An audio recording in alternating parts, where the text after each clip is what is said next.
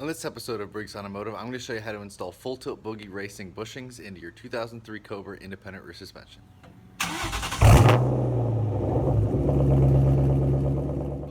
We just pulled the subframe, the rear subframe bushing out of this, and what I did was I took a propane torch, I heated the sleeve so that it broke the vulcanizing on the rubber, and then I was able to take the removal tool right here, and you take an 11/16 wrench for this end and the 11/16 socket for this end, and you basically just press the bushing into that sleeve. And you'll see me do it on the next one right here.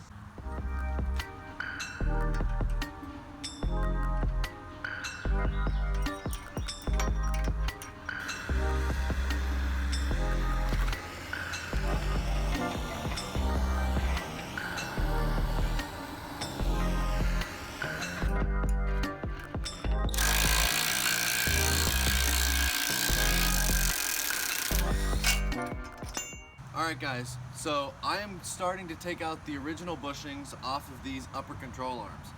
Now what you have to do is you have to take the death wheel so that you can get this removal tool seated so you can pull both the flange and the bushing out from inside of it. So you got to cut the top part off, a little bit of the bushing and everything, so that this will seat so that everything will come out all at once. Now the way that I'm doing that is I'm using this diamond plated death wheel. I'm gonna cut it out. I already tested on the first one, it works really good.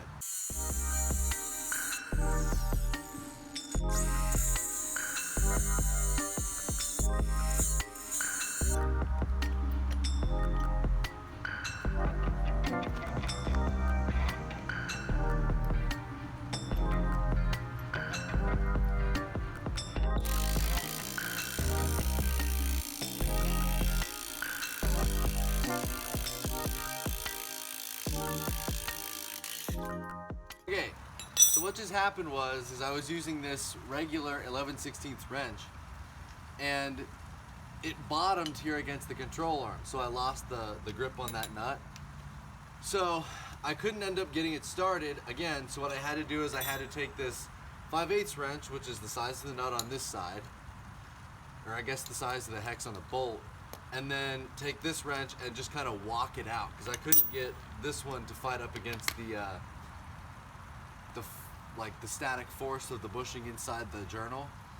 So again, I did prevail, and you can prevail. Okay, so what happened here is it pressed the bushing and the inner sleeve out, but it didn't press the outer sleeve out, the one that's in the bushing journal. So what I'm doing is I grabbed some larger washers and I doubled them up.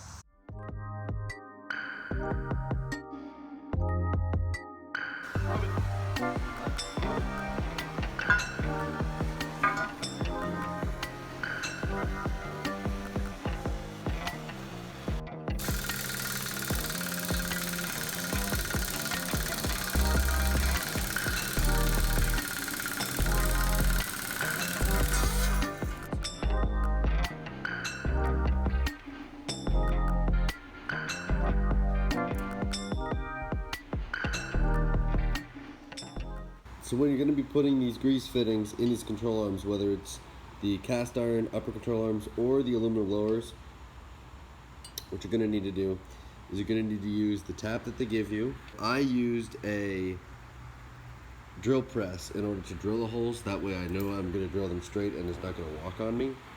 But when you do that, just drill a couple, or drill it all the way through, thread it, tap it a little bit, and then test it with the grease fitting like I'm going to do now, and then get till it stops, which is right there. And the thing is for this one, you want to make sure it's almost seated, which it looks like it almost is, and then you want to make sure that it's pointed at a 45-degree angle for the back one, and then like a 10-degree angle for the front one. And this is, since this is going to be the front of the car to this control arm, the other way, or the other one's going to be this direction. So you need to make sure that you know which control arm that you're using. But do this, and then when it gets to like this, this is going to be 3/4 return. I'm going to tap a little bit further, go all the way through.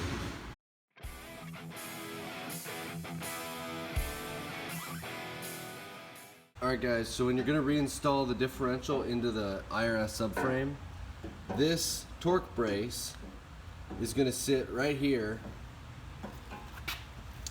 underneath the eyes where the differential sits.